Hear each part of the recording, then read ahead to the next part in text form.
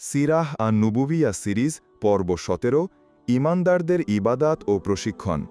সূরা মুদ্দাসিরের নির্দেশনাগুলো শুধু নবীজি সাল্লাল্লাহু আলাইহি ওয়াসাল্লামের জন্যই ছিল না, বরং সকল মুমিনের জন্য।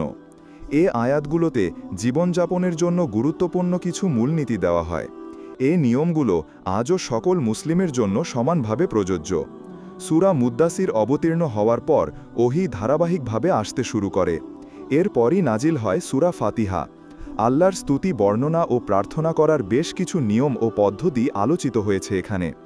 আরও জানা যায় দুনিয়া ও আখিরাতে সকল কাজের প্রতিদান পাওয়ার বিষয়টিও। আল্লাহ ও তার রাসূলের প্রতি বিশ্বাসের ভিত্তিপ্রস্তর স্থাপিত হওয়ার পর তার ওপর গড়ে তুলতে বলা হয় ইবাদাতের দালান। রিসালাত প্রাপ্তির পর সর্বপ্রথম যে আমলের নির্দেশ আসে তা হল সালাত। জিবরিল আলাইহিসসালাম নবীজিকে অজু করার এবং সালাত আদায়ের নিয়ম শেখান। তারপর সকালে ও সন্ধ্যায় ২ রাকাত করে সালাত পড়ার আদেশ করেন। অজু যেহেতু সালাতের পূর্বশর্ত, তাই পবিত্রতা হয়ে যায় মুমিনের চিহ্ন। সূরা ফাতিহাকে সালাতের আসল এবং হামদ ও তাসবিহকে সালাতের অন্যান্য জিক হিসাবে সাব্যস্ত করা হয়। প্রতিটি নড়াচড়ার মাঝে থাকে আল্লাহ তাআলার মহিমা ও বরত্বের ঘোষণা। ঈমানের এই প্রধান অবলম্বনকে মুশরিকদের পুতিগন্ধ ও অত্যাচার থেকে মুক্ত রাখতে মুমিনরা তখন সালাত আদায় করতেন গিরি উপত্যকার মতো নির্জন স্থানে। কখনো গোপন কোনো ঘাঁটি নির্বাচন করতেন সালাত আদায়ের জন্য।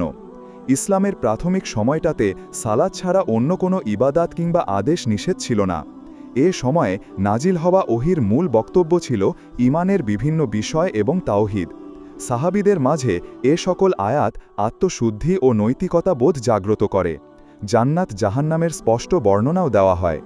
জীবনের ক্ষণস্থায়িত্ব, আখিরাতের চিরস্থায়িত্ব, চিরশান্তি ও চিরশাস্তির কথা বিধৃত হয় সুসংবাদ ও সতর্কবাণীর আকারে।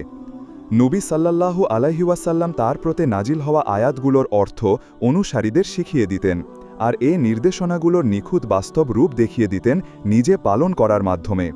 অবিশ্বাসের অন্ধকার থেকে তাদের নিয়ে চলেন ঈমানের আলোতে, দেখিয়ে দেন সরল পথ, আর খুব আন্তরিকভাবে নসিহাত করেন আল্লাহর দ্বীনকে শক্ত করে আঁকড়ে ধরতে, আল্লাহ ছাড়া অন্য সব কিছু থেকে দূরে থাকতে, মুখ ফিরিয়ে নিতে। তখনও নবীজি প্রকাশ্যে দাওয়াত দেওয়া শুরু করেননি, কিন্তু কুরাইশরা তার কর্মতৎপরতা আঁচ করতে পারে। কয়েকজন মুমিন প্রকাশ্যে তাদের নতুন দিন পালন করতেন। কুরাইশরা তাদের বিদ্রূপ করতেন এবং বাধাও দিতেন, তবে তা ছিল একেবারে সামান্য।